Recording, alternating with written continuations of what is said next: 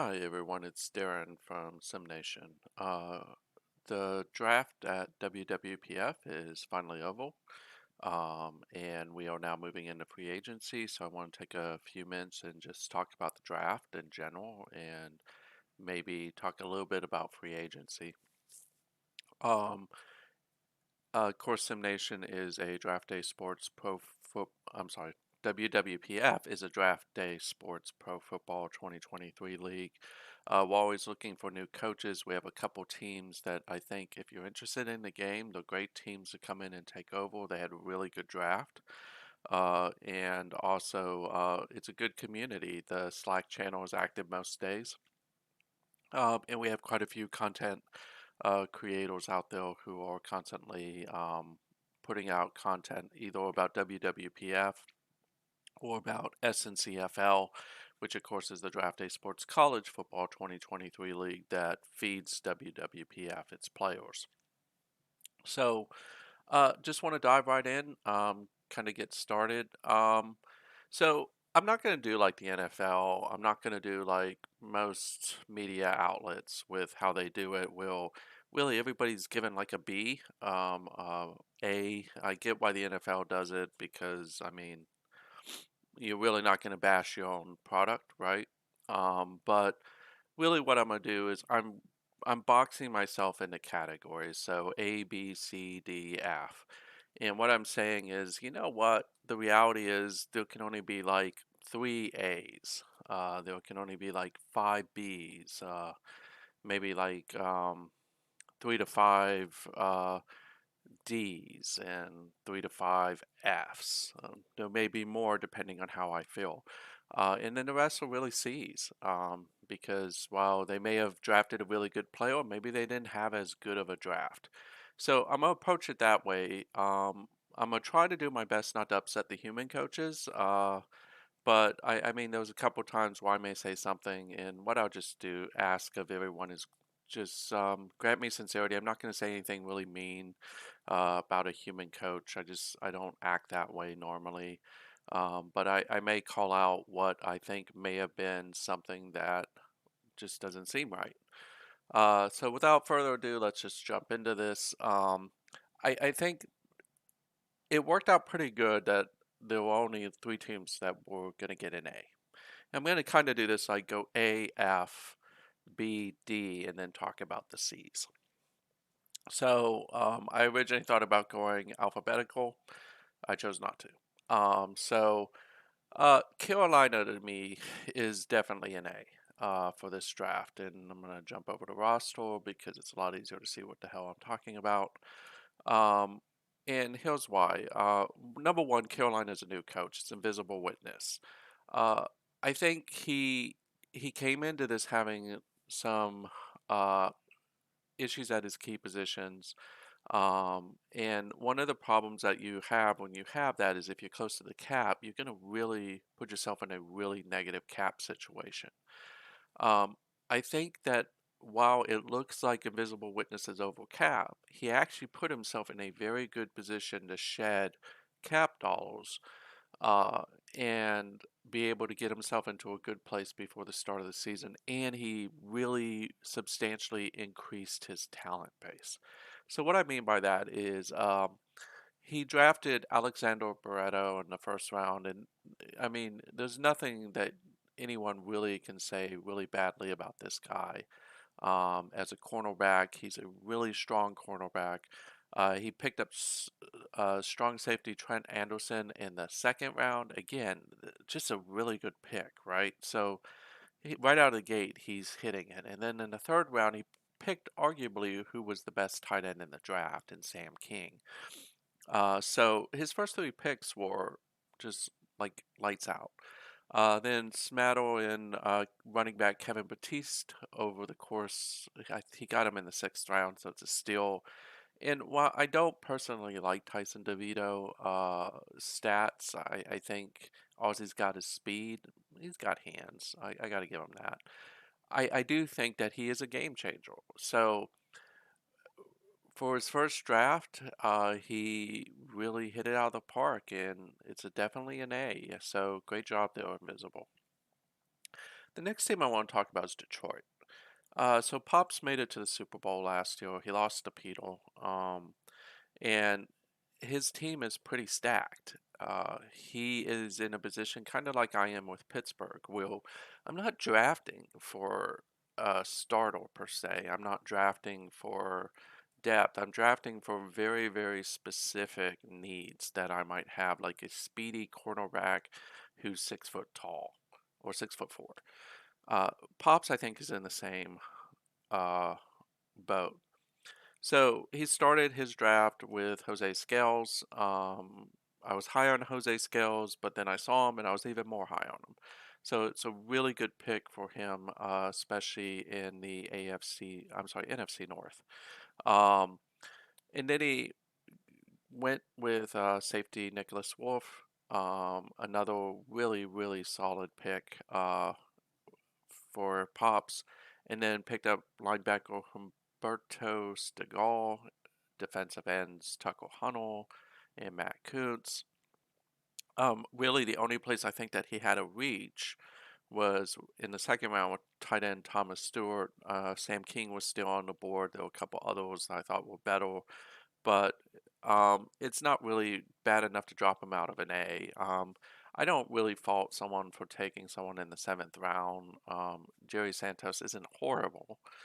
He's just not great, but he's a seventh round pick. I'm going to give him a little bit of a break though. But I think that just from top to bottom, minus the Santos pick and Stewart, I get why you picked him.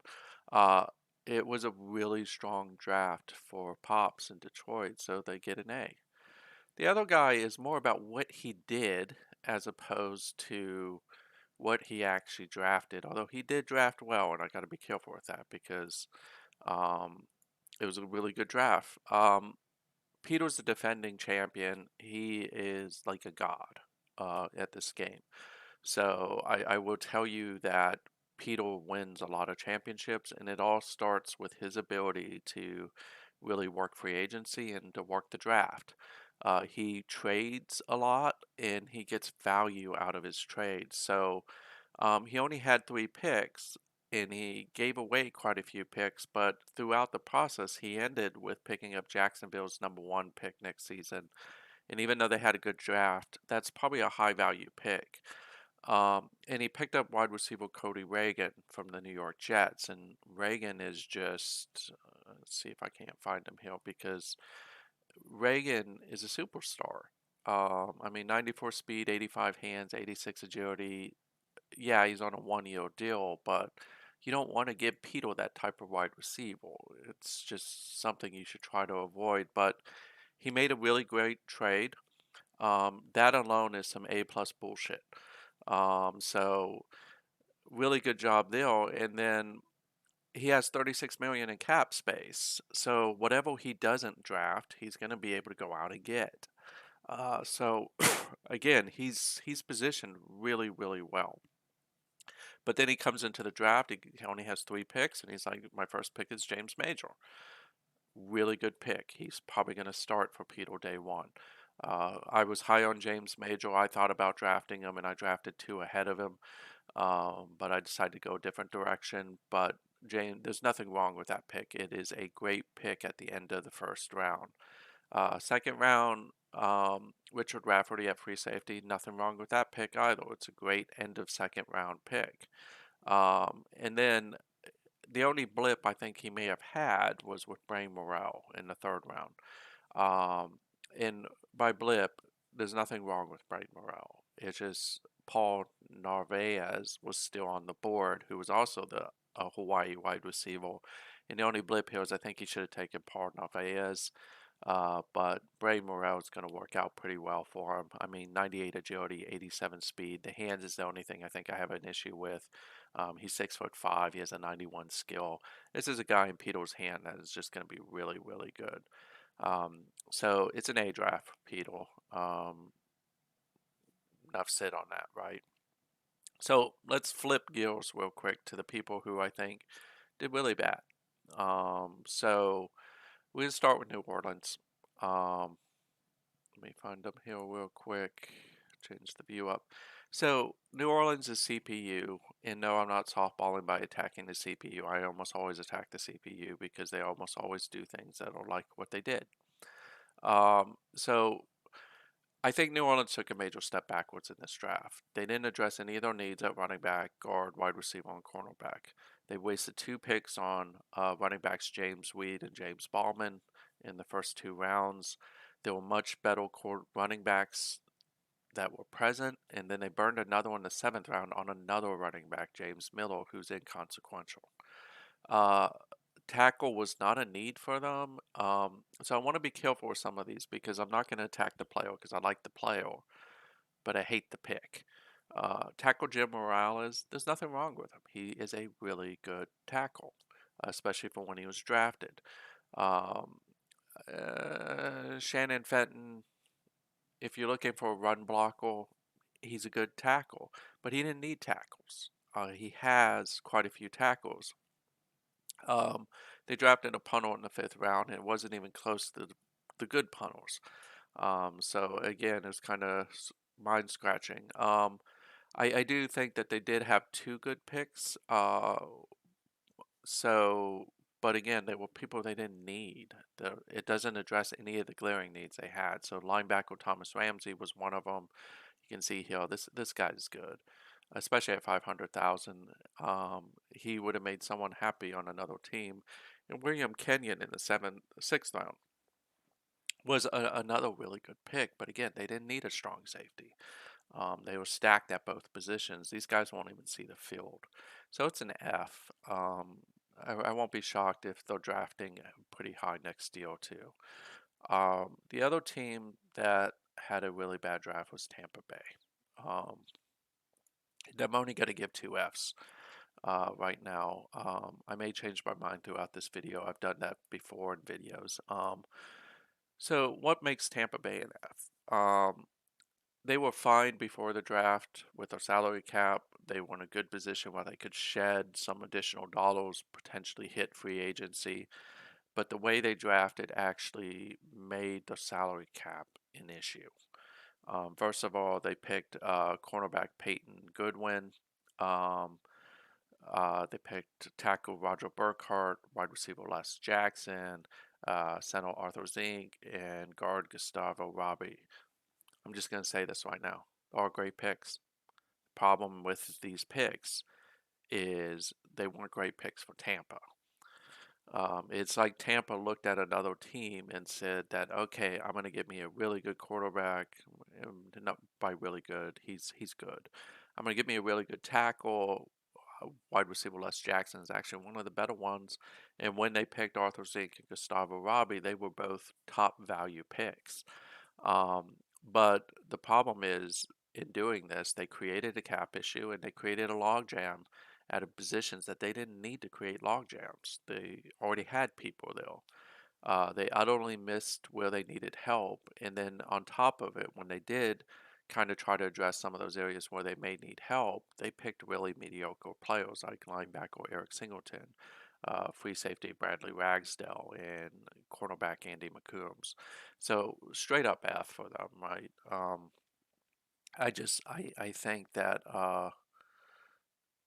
I think that it just was one of those drafts where they completely missed the boat. Um, so the other one out there, I'm gonna switch over to the D's because I think that I'm gonna change my mind on a team, and then I'll flip back to the B's. So Arizona to me got a D, and it's pretty evident why.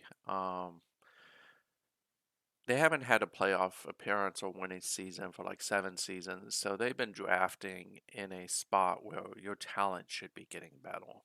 Now, they lost Don Luckey. He went over to Philadelphia. I don't think Don would have made some of the mistakes that the Cardinal CPU did. It's going to be 8 seasons. They're not going to make the playoffs this year. They had a horrible draft, and if you look at the cap issue, they don't have any space. They're going to have to shed in order to get into a good place. I don't really love the pick of Joe Davis, but it is a really good pick, especially for what they needed. and free safety Nathaniel McDowell is another good pick. So they started really well, and it was like, okay, they're having a good draft. And then came free safety Jason Lloyd. Okay, I guess I see it. I really don't. And you get one of those with me. And then came free safety Kurt Daly, wide receiver Michael Watkins, and wide receiver Stephen Coburn. And if you're looking at the screen, you're beginning to see what I'm seeing, which is these are really bad picks. I think by the last pick, fans were ready for next year's draft, and were wondering, are we going higher than 8 or 9 than we did this year? It was a really bad draft. I can't give them an F because they did make two solid first picks, and I just don't want to give them an F. The next team is Atlanta. Um, Atlanta's kind of Atlanta fits the mold of some of the other teams. They had 10 draft picks. They're coming off appearance. They had a wild card win. If you're a fan of the Falcons, you had to be super hyped for this draft, knowing that they needed some help in the backfield, additions on the line, and speed in the secondary and receiving cores. So a lot of times, people refer to Atlanta as the Dirty Birds. They only got dirtier as the draft went on, and they drafted like 8 offensive linemen, and really only 2 of them are actually going to help them. So, center Tyler Hilton, really solid center, like him, like Brian Rodriguez. Both of those picks in the second and the third were worth the money that they spent. Um, but I mean, all the other picks were not people that needed to be picked. So they took like 3 guards, 2 tackles. They took another center in Jose Potts, and it's just like you're creating logjam. Yes, you have cap space, but you're drafting people that you're not going to use, especially as a CPU. But really, what the final straw that broke the back was in the second round, they drafted linebacker Stephen Blanchett. He's not bad. I'm just going to say that. But he's not a second rounder. He's more like a fifth or sixth rounder. And also, you had so many good linebackers still available in the second round, and you went with this guy. So, he's 1.3 million. That doesn't seem like a lot, but it's a loss because he's not a great player. So, they get a D. Um, the next up is Cincinnati. Cincinnati misses Chris already. And if he's out there, Chris, I'd love for you to come back because I always appreciated playing against you. And you definitely were a coach that just was fun to play against. Um, and it's ironic, right? I don't hate Cincinnati like I do Baltimore. I'm a Pittsburgh fan in real life. I've been a Pittsburgh fan since I was about 4. And I've lived in Pittsburgh, and I was in Pittsburgh during the glory years in the late 70s. And I remember going to games at Three Rivers, and I remember just growing up with the Terry Bradshaws of the world, Franco Harris, the Steel Curtain. I Side note is one of my one of my favorite moments when I lived in South Carolina is uh, I almost went to Spring Valley where Donnie Shell was actually coaching, but I'm digressing really bad. But I don't hate Cincinnati because they had Boomer Esiason and Chris. Uh, so kind of miss them both. Chris's departure really has wrecked this franchise. I think the first pick, and I'm going to be candid, the first pick was Fred Burns. I picked him for Cincinnati because they needed a quarterback, and I suspected the CBU was going to go somewhere strange. I think Fred Burns will help them on offense and turn it around. Um, all the other picks were as bad and bleak as the Cincinnati nightlife. If you've ever been in Cincinnati at night, you know exactly what I'm talking about. When some people are talking about going to Kentucky, you know your nightlife is not that great. Um, so I just will say that none of these were good picks really for them. Jim Major was probably the closest one. John Murray's not bad, but again, they were drafting in positions they really didn't need. Ricardo Coco is just criminal as a pick when he was picked. I do like Randall Patterson, but again, they don't really need Randall Patterson. So I think Burns saved them from an F. They would have been an F had they not picked Burns. Following in that footstep is Kansas City has had a very long and happy history. They had Rouse for a few years, and then they had James. James leaving has heralded the beginning of a decline. Uh, Whoever's in the front office now on the CPU side doesn't really know how to draft. They missed the boat completely. They selected 3 cornerbacks, a tackle, and 3 linebackers in 7 picks, which really neglected a need that they had to get a quarterback, a defensive tackle, and speed at the free safety because they're trying to compete with Denver and Oakland, and these are 2 powerhouse offenses, Oakland being also a powerhouse defense. They're not going to do that. Now, I do like the pick of cornerbacks Dean Gary and Dominique Haynes. Uh, they were solid picks in the first 2 rounds, uh, but the rest of them were just off. They weren't good picks. Like David William, I get it. You need a lot of cornerbacks, but I would have tried to keep the pick and maybe used it somewhere else. Now, the good news for them, unlike others, is they have 78 million in cap space. They'll be able to go out and get some talent, but with the way that they picked in the draft, I'd be a little worried about what they actually bring in. So it's a D. Um, LA Rams. Um, by the way, in our league, uh, Oakland is still in Oakland. They're not in Las Vegas. But LA had a pretty successful season, and they didn't have a lot of need outside of really fullback and defensive end. The first pick went to a defensive end, and Lorenzo Sassel, and there's nothing wrong with him as a pick. It was a good pick. Uh, but the rest of the draft were largely picks that were confused and didn't improve the team, like Jimmy Ernest, center Glenn Leonard, guard Thomas Farrington, center William Harness, and tackle Rodrigo Webster. You're probably saying, yeah, I can actually see that because you can actually see it. Now, Jimmy Ernest is a good player. It's just he wasn't needed by LA. He was actually on another team. He's a superstar. What I worry about with CPU teams above all else is that some of these picks that actually could turn into being a really good pick would just not be utilized by the CPU. So that's the reason why I'm giving them a D. Is they made a lot of picks, but they didn't make really good quality picks at all. It's definitely a D. So let's get back to a happy moment, and let's kind of jump over to the B's.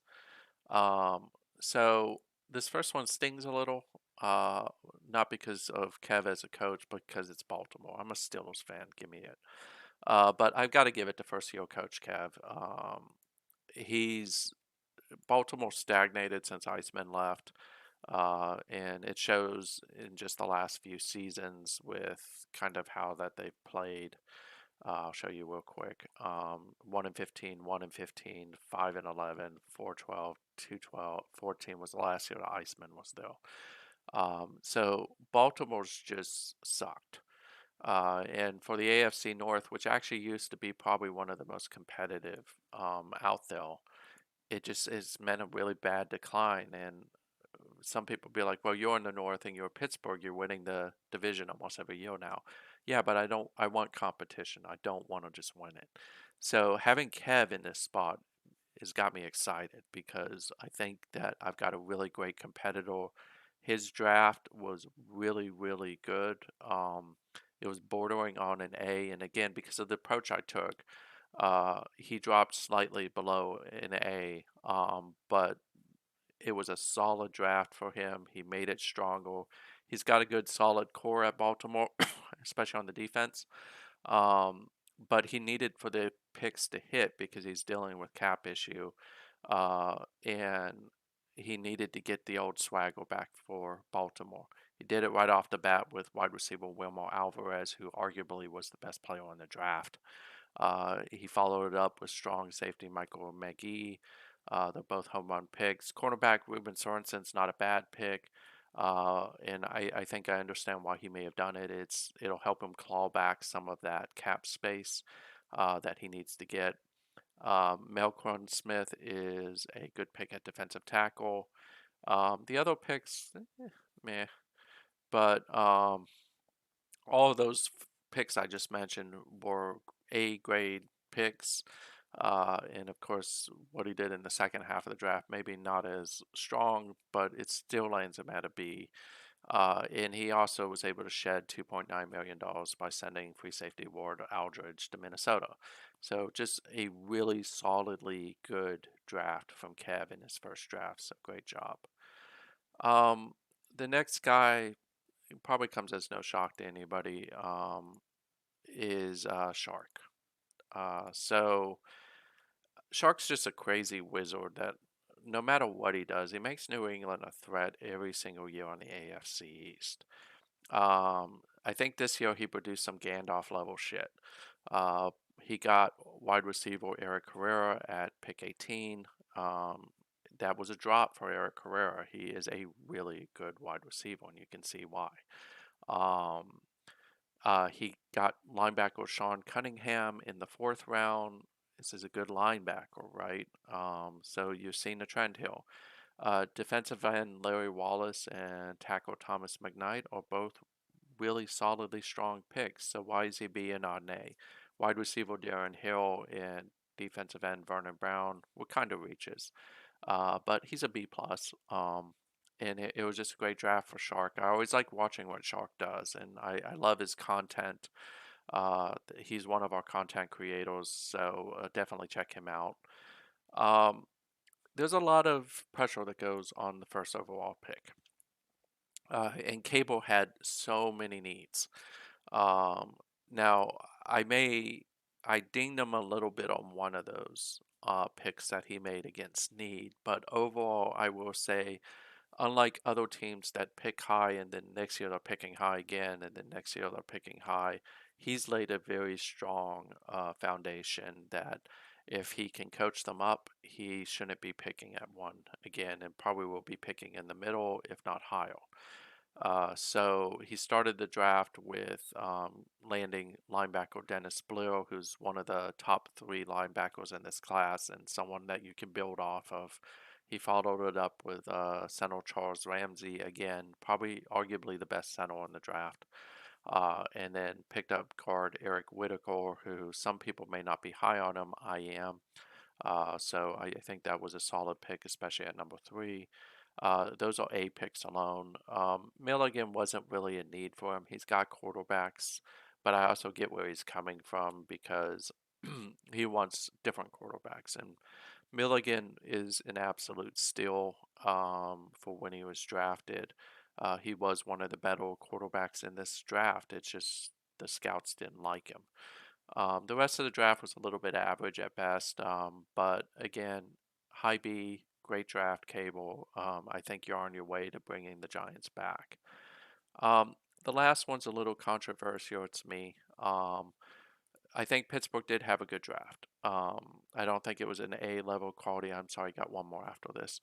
Uh, I needed to get younger at cornerback. I needed to find someone to replace Anthony Bill, who was my longtime running back, who was 1,000 yard producer every year. Now, last year I had a rookie produce 1,000 yards, but I don't think that that's sustainable, and I needed to improve my depth at wide receiver. So in the first round, Steelers took running back Michael Lackey. This is a really good pick in my eyes. He's a little short, but at the same time, I think he'll give the Steelers an Anthony Bill like running back again. The D line picked up defensive end Michael Perry. We already have Hickson. This is a good pick too. And then found, I'm going to admit it, Peter. I'm probably wrong about Nick Bowden being a tight end, and I'm probably going to play him at wide receiver. So I picked up tight end Nick Bowden, who actually looks more like a wide receiver. He was a wide receiver in college, and found David DeMarco late, who was a steal with his 90 speed, and should develop into a pretty good wide receiver over time. And then linebacker Larry Doherty and quarterback Craig Glaze. You can argue what drops me out of the consideration for an A is I don't really need Craig Glaze. I've got some pretty good young quarterbacks, but it was still a good pick. And then there's a whole pick of Ruben McSwain, who, while he's a great blocker, 48 strength is going to be somewhat limiting. So it's a B. The other B goes out to Tennessee. Again, this is one of our new coaches, and I'm sorry, this is CPU.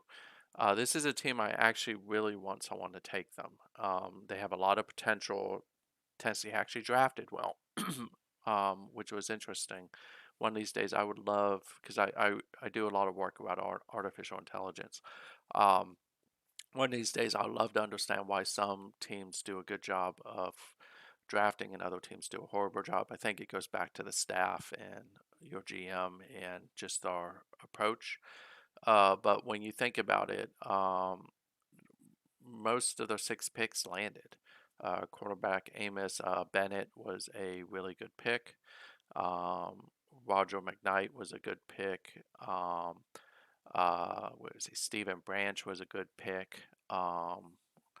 And then guards Hector Warner was another good pick. Fullback Chester Spill was a really phenomenal pick. Whether he stays at running back or he really should be at running back. It'll be interesting to see how he plays out.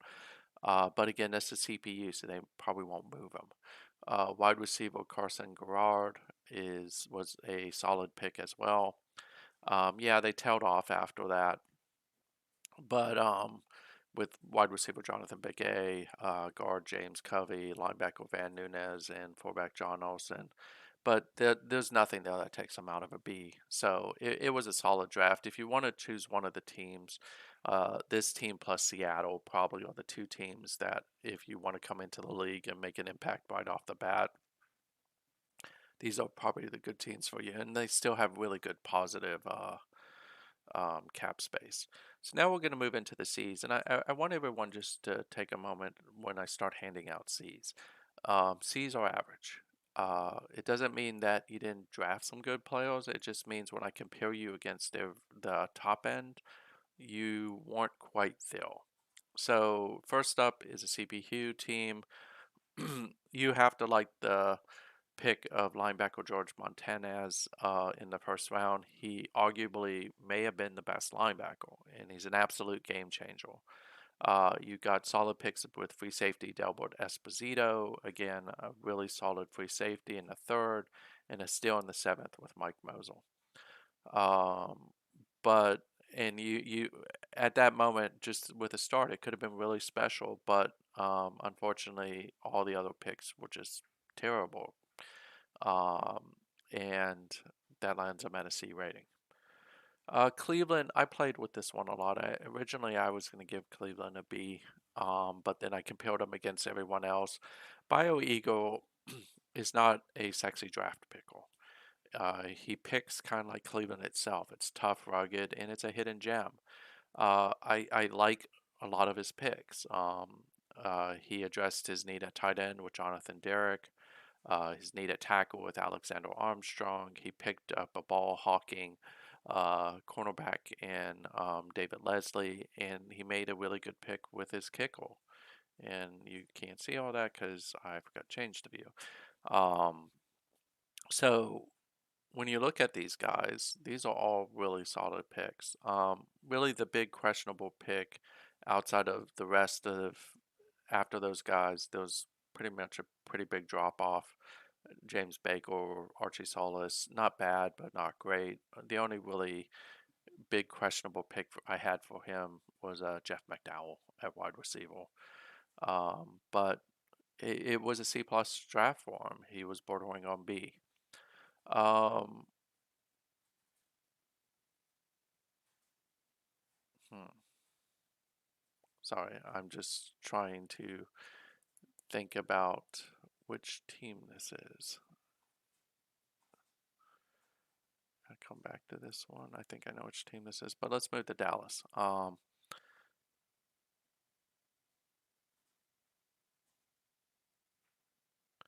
sorry, this is Chicago. sorry for that. Sometimes I have it written out, but I forgot the way I wrote the script. It didn't give it to me immediately. So Chicago's up next. So Eugene Tejada is an A pick. Probably one of the best cornerbacks picked in the first round. They found a steal in guard Donald Cone out of Army in the sixth. They landed a solid fullback in Anthony Shepard in the seventh. Um, but at the end of this, I'm like, what the hell's wrong with you? Well, the reason for that is they did it again this year. Like previous years, they were drafting running backs when they had the best running back, arguably in the league during that period. Um, but they did it again this year where they somehow managed to waste picks again with questionable picks that don't bring them any value, like free safety Demetrius Bryan, tackle Frankie Nettles, and then Willie, you throw in some piss poor picks like cornerback Scott Garza and strong safety Casey Spillman. Uh, they really should be a D, but because of the way I did the formula, they're C. So I am just going to give them a D. I changed my mind. Chicago's a D. Up next is Dallas. So Templar has a lot of cap space. Draft isn't something that he needs to do well because he can recover in free agency. They really needed to find like a tight end, a defensive end, and Temple may disagree with me on some of this, but he can. Cornerback, linebacker, strong safety, punter, and kicker. And again, they've got money in free agency to go find these guys as long as they don't overspend. Um, so he got to pick at 27. He only had 4 picks though, so he had to make them all hit. Um, I would really say they were all average picks. They weren't great picks. Fullback Eddie McFadden in the fourth was a pretty substantially good pick. Uh, I think that Michael Schaefer was another solid pick, but these aren't B level picks. These are C level picks. It's solidly a C. He'll do pretty good in free agency. He always does. Except for when he sometimes accidentally enters a offer and ends up paying someone a little bit more than he wanted to. But traditionally, Templar is a really good coach at building through free agency. Up next is Denver. This is Prince. It was a solid draft for Prince. And he needs to make a lot of splashes because Peter is just starting to pull away in the AFC West. You could argue he already has. Uh, I think that quarterback Joseph Clark gives them a dual threat option almost immediately. Could potentially be their starting quarterback. And then you throw in tackles Robert James and guard Troy Meeks, and they were quality picks in the mid rounds. Um, I think this draft is ultimately going to come down to how Richard Morgan plays. So 96 speed, 75 hands, 12 strength, 29 agility. Um, if he plays well, Prince is going to look like a genius. Because Morgan essentially has sprinter level speed, but at the endurance of a chain smoker and the strength of a toddler. The other picks were largely developmental, so when you pick developmental picks, I'm normally going to give you a C unless I think that they're going to be really, really great picks down the road. Wasn't a bad draft, wasn't a great draft.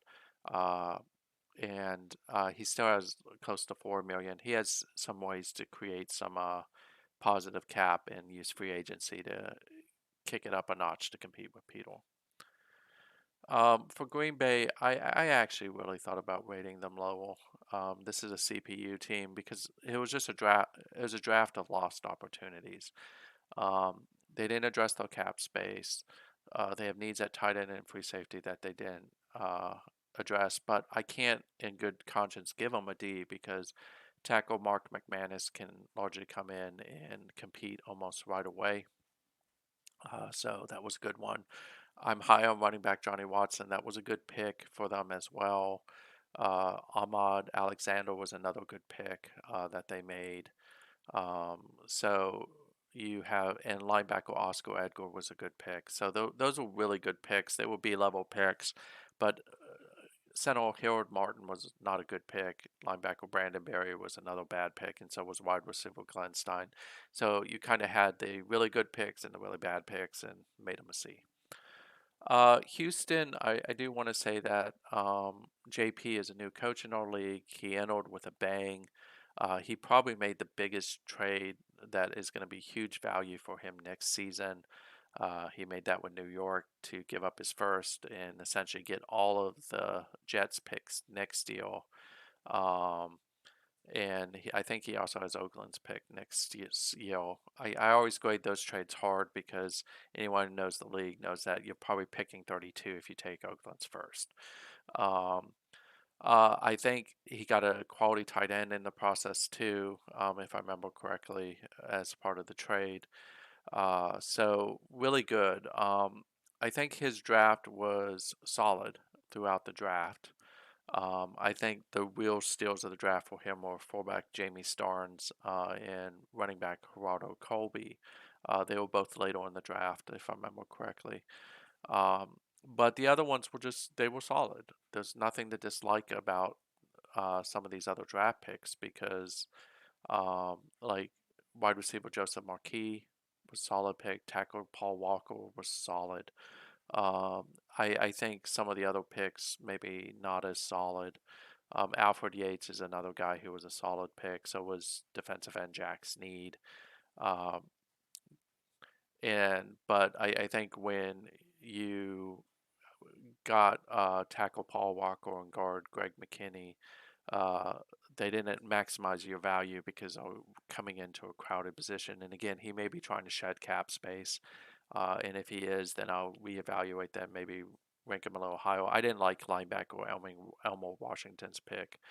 And then, of course, you had Leo Humes, who I wasn't big on, but I know why some people might.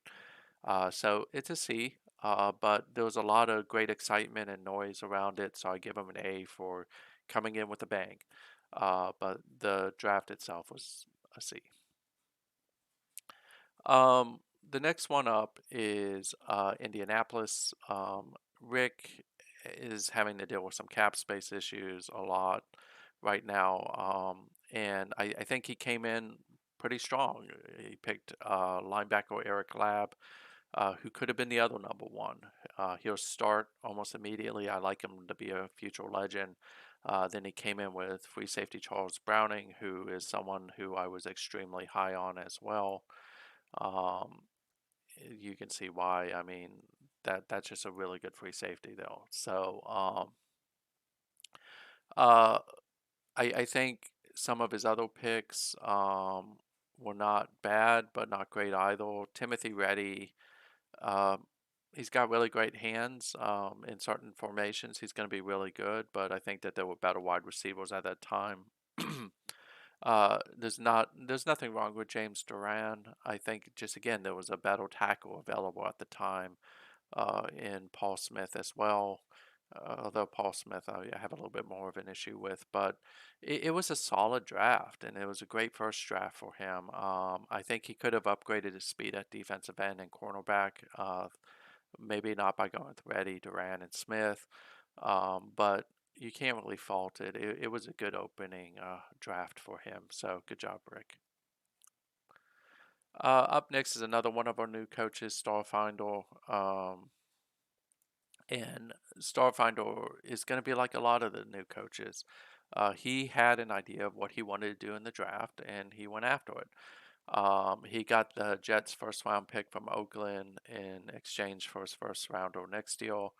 Uh, they need really Jacksonville's biggest need, and they've done pretty well in the AFC South as a CPU team, is to get faster at wide receiver, linebacker, and cornerback, and then go out and find a strong safety.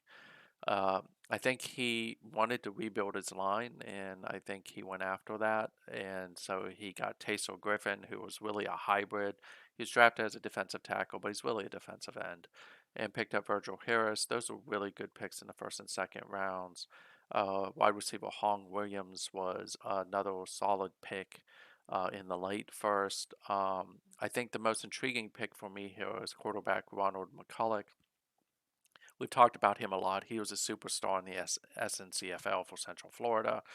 I think that he, if I had to guess, Starfinder might have some thoughts about making him the starting quarterback, and it'll be interesting to see what happens. What lands him here at a C instead of a B is really the two running back picks. Kong, I like his size. He's a little slower than I thought he was. He's not as strong as I thought he was, but I think Kong will be a very good situational running back for like inside running. I wasn't as high on Thomas Rodriguez.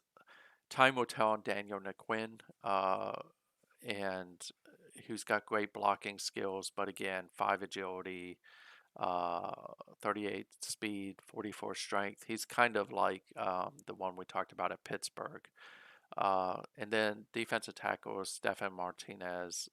It was kind of a miss. But all in all, it was a solid draft. He didn't hurt his cap space. He got some really good beginning players to start with, and he should be able to build out through free agency. So good drafts, Starfinder. Up next is Miami. So doesn't have a lot of need.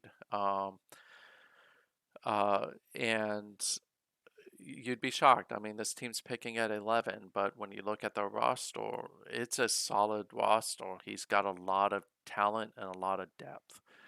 Really, what they needed was a free safety and really to kind of address that cap issue. Um, so he only had 4 picks. He made the most of the first two, I think, with guard Alex DeWong out of Clemson and linebacker Claude Strange. I think both of those can contribute right away. Linebackers Orville Vales and was Joseph Rafferty were both reaches, hence the C rating. Two really good picks, two not so good picks. But again, Soa has really a lot of what I'm judging him on is his ability to be able to create positive cap space. Because I'm the commission, I hate when people are above the cap when we start the season. Um, so Rick made a lot of moves. The other Rick made a lot of moves with Minnesota. So uh, he traded quite a bit. He was looking to address his running back position, tight end, defensive end, strong safeties. Probably needed to improve his depth at center and find a speedy cornerback to deal with all those wide receivers that Pops has in Detroit.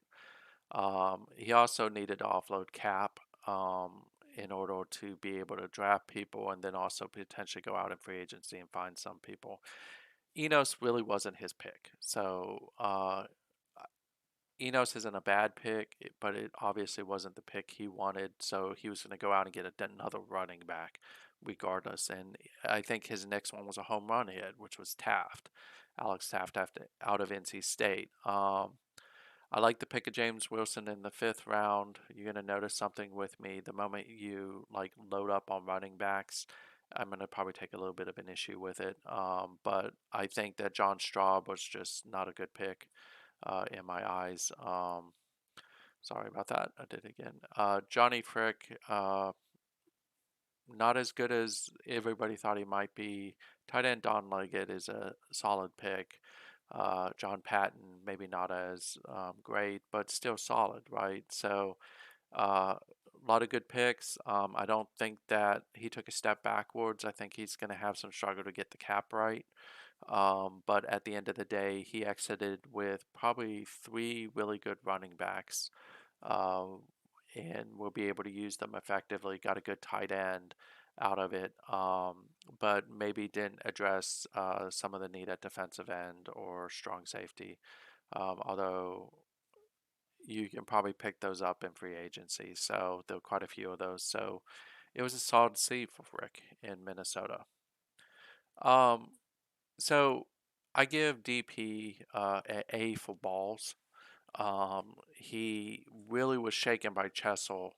Uh, che- Chessel, I always want to call him Cheezel. Chessel retiring at the end of last season, who was his ungodly running back. And for DP, that's important because it's part of his system. So he really wanted to make sure he got the best running back in the draft, someone who could replace him. Now, I would say that he probably could have gotten Alex Taft, and Taft would have been really good for him. He could have gotten Lackey. and Lackey would have been good for him. But he really wanted Terrell Bryant, and Terrell Bryant was hands down the best running back in this draft. So what did he do? He sent away all of his picks to Houston, and the pick itself is an absolute A. I really like this pick. I just think that he gave away too much for the pick, so that dropped him to a C. But A for the pick, A for balls, A for commitment to getting what you want, C draft pick, just because he probably gave away a little bit too much. Philadelphia's up next. Don Luckey has this team. Don's a really seasoned coach. He plays in SNCFL as well. And the Eagles are a solid team to begin with. He made some really smart picks in defensive tackle John Haley. You can see I love that strength of 100. Strong safely Leslie Hagel, who was a steal in the fourth because a lot of people weren't looking at him. Has 92. Guards Isaias Robinson and defensive tackle Damon Wood. All those were steals. Um, I don't really like the pick of Osvaldo McKee. He is highly accurate. He's got good intelligence. His arm's okay. But time will tell on that because if he does start him, he builds the right system around him, that actually could turn into a really good pick for him. I think defensive end Glenn Riley and guard Albert Trudeau were the only blemishes on this that took him out of a B and to a high C. But it was a solid pick for Don, so great job. This is another one of our new coaches in San Diego, Alan Thalben. Uh, uh, Unfortunately, he inherited a situation where there were cap issues. And on top of it, he had to find a fullback, tight end, cornerback, strong safety, and then improve depth at multiple positions. I like the pick of guard David Meehan. Uh, I liked the pick of tight end Michael Payne and linebacker Gordon King. They were all solid picks in my eyes. So those are B-level picks. They're not sexy, but they're not horrible either. And they are people who will contribute and add value. Uh, I'm kind of intrigued by the sixth round pick of Alexander Card. Card is someone I was secretly high on because of his speed, his dual threat capability. Be interesting to see if he's going to try to make him the quarterback of the future. Really, the main misses here was defensive tackle Rory Leggett. I didn't like that pick. Cornerback Chris Hagden was another one. And then tight end Vince Buckingham. That's the reason why he's a C instead of a B. But all in all, it was a good draft for him. Everyone can't be a B or an A, so I'm not one of those people. Stewart has San Francisco. When you consistently drafting in the back half of the round, you have to be really good with your picks. It also means you're open to criticism from pricks like me. Um, so he's a C because while I like the first round pick of Paul McCartney and the third round pick of guard Don Stinnett, I really didn't like any of his other picks. Cody Mackey may very well turn out to be a quarterback that will start for him. There's a lot to like about him. He's got a good arm. He's got good intelligence. His accuracy is not all that good though. And I don't see it right now. Him being that person, but I didn't like the pick of Floyd Parent, uh, guard Rodney Redmond, and I think running back Luis Bellinger was more of a sentimental pick because he has Western Michigan and the SNCFL. So it's a C. It's not a pick that's going to set him back. He's going to be competing for the NFC Championship again this year. Um, so a C again is not a bad thing. It was a good solid thing, a good solid draft for Stewart. I talked about Seattle earlier. This is a team that if you want to join the SNCFL and you want to get a team that drafted well and has a pretty decent roster, you might want to look at this team. Uh, Tobias Moore isn't fast, but you can't overlook him. He is a solid blocker, and he has good strength for run blocking. Uh, tackle Kevin Royal is probably one of the more complete tackles in this draft. I love the pick of wide receiver Paul Narvaez. I mentioned him earlier. Was an absolute steal in the third round. The later picks were pretty bad. It was a decent draft for them, but those later picks really went downhill pretty quickly and kind of dragged down what was solidly a B. But again, if you want a really good team, I would look at Seattle. And then we'll round this out with Udo in Washington. Um, he made some bold trades. He got the fourth, fifth, sixth, and seventh round picks from Oakland. I think Ricky Mullis is going to be a sleeper, and he needed a quarterback, so he went out and got one. Would I have maybe picked somebody else? Maybe, but I can't fault this. This is a good pick, and I really like it. I think Ziegler was still in the sixth, and Martin Jackson is solid with that 6'6" height, even though speed is a little bit low. But I mean, again, you throw that ball up there, he's going to get it. The other picks were meh, uh, and especially when you think about the value on the board. But again, he's in a good place. He has like 36 million in cap space, and he can easily recover and focus on where he needs it. So it was a C plus draft for Udo. Uh, Someone asked me the other day who I thought the best pick in the draft was. I still think it's Wilmer Alvarez. There were other picks in the draft that were pretty solid, but I think Kev went out and got probably the best player. Burns was a good player. The linebackers drafted will be pretty good over time, if not right away. So I think there weren't that many misses in the first round. This was probably one of the more uh, solid drafts that we've had in a while. So I mentioned we're now in the free agency. I'm gonna pop over here, and I'm not logged in as the commissioner, so I'm not gonna be able to do that. So I'm probably gonna have to log in as myself. Trying to remember. Uh, I'll log in as myself. I need to be able to show free agency. So free agency is your chance to get things right. Um, So we'll just kind of jet through this real quick. So there's value in this free agent market right now, and of course we will go round 6, 7, 8, 9, and 10 starting tonight. Um, so we'll do round 6 tonight, round 7 tomorrow, round 8 Tuesday, round 9 on Wednesday, round 10 on Thursday, before we get into training camp. And that's really where some of the nerfing will happen. So if you're looking for a quarterback, keep saying that wrong. So I always look at arm strength. I know a lot of people don't like that about me, but that's me. You got some good You got some good options here. There's some really solid quarterbacks out in to be had in free agency. One of the guys, if you're looking to get younger, you probably are going to try to take a look at someone like a Frank Chilton.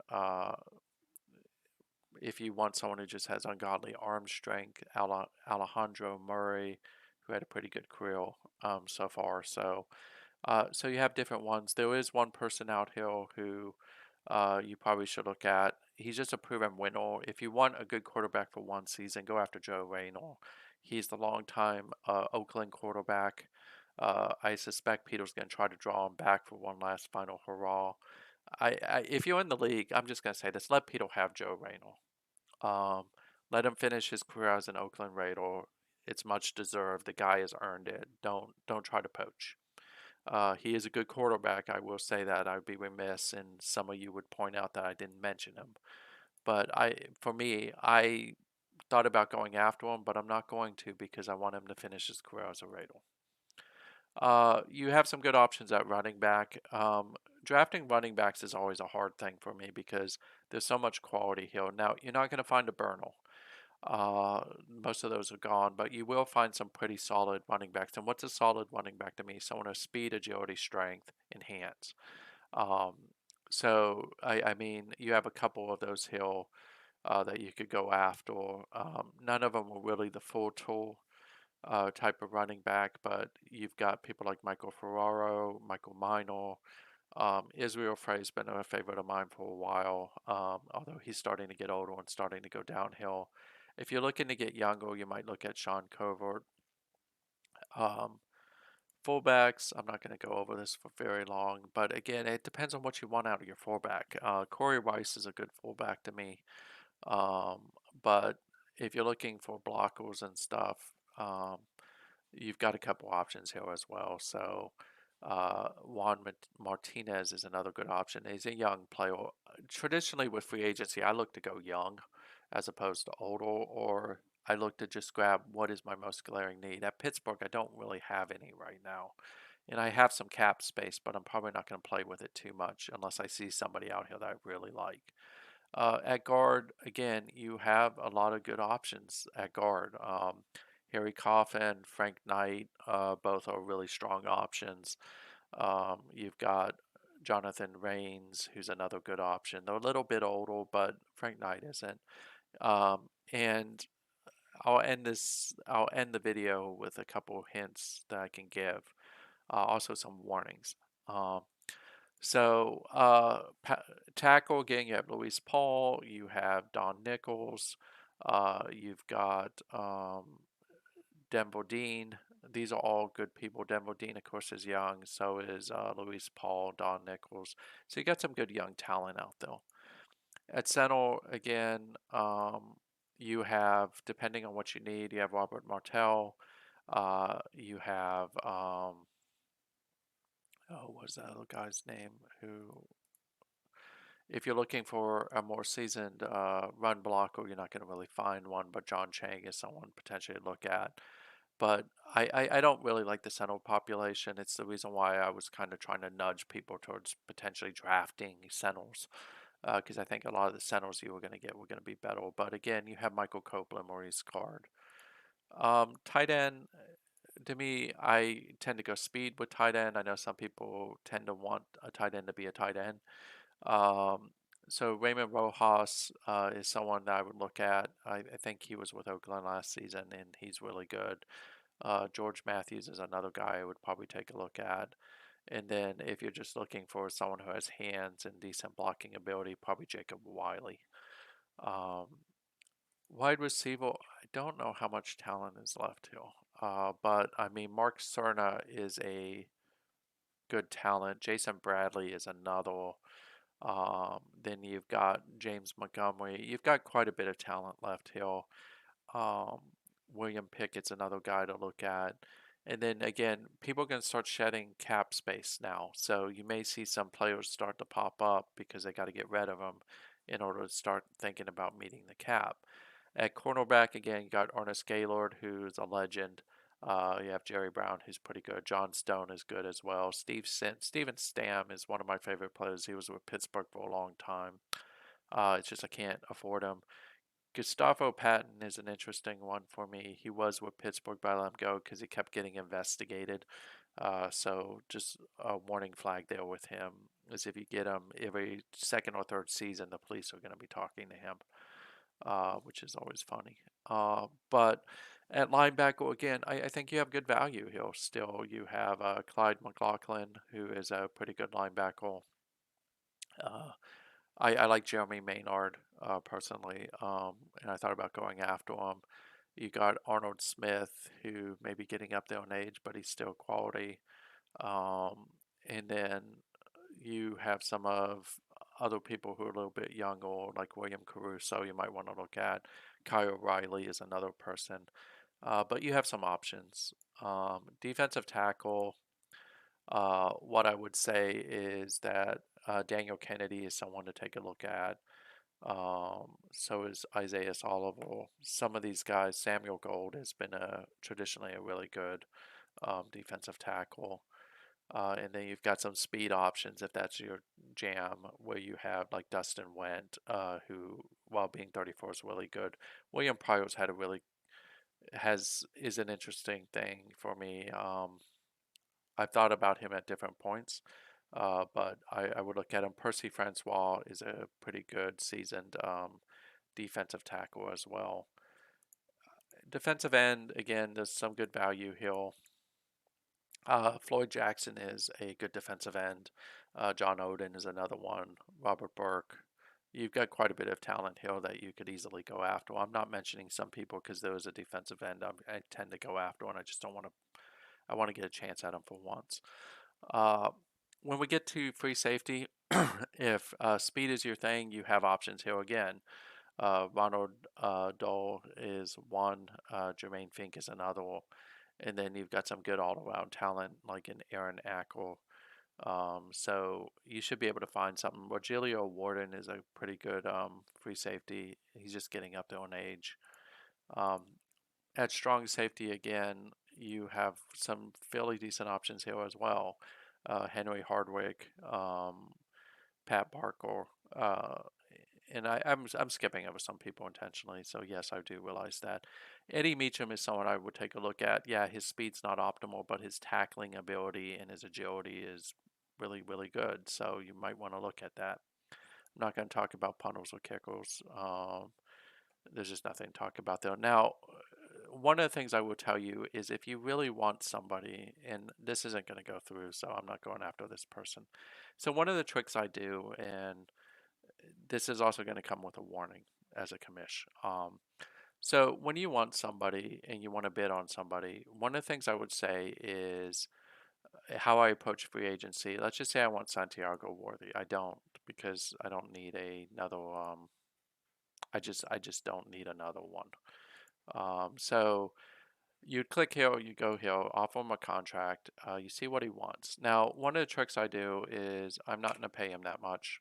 Um, and then what I will do is maybe give him a 3-year deal, and then I'm gonna start layering bonuses, which like rushing touchdown, he only needs to get one, receiving touchdown only needs to get one, catches one, average yards per carry one. And do this with a good player. Don't do this with a bad player because a bad player you're going to be paying him unnecessarily. But in this case, I don't intend to pay him $11 million, but I am going to essentially, and actually the reality is I would probably give him about three, because he's worth it. It would be 3.5, and then when you think about it, that's 10, 20, 30%. He's going to get essentially 350,000. Uh, 350,000. He'll give another $1 million in bonuses, and then try to match it to what that is. Now, here's the warning, and I'm just going to straight up say this. I am not a fan of what I've seen some people do, where what they do is they come in and they do passing touchdowns. They do this, then they come back to passing touchdowns, and then they make the target like 5, and then do that. If I see you do that, I will invalidate your request. That's an exploit, and don't do it. It's okay for you to say rushing touchdowns, receiving touchdowns, catches, average yards per carry, games started, make playoffs. I'm fine with all that because he can actually earn that. Uh, whereas the other one is the computer can be fooled into accepting a really bad offer by all these bonuses, including bonuses that they would never, ever, ever, ever be able to get. So not okay with that. So don't do it. But this is how I approach free agency, and it's essentially how I managed to get really good players at a very good premium. And I'll show you a couple here real quick, just to show you that I'm not talking out of my ass. Um, I think Rydell was one of them. So no, Rydell's not. Yeah, he is. Here it is. So I got Charles Rydell is a base salary of 8 million. And I think what I got him for is 1.2.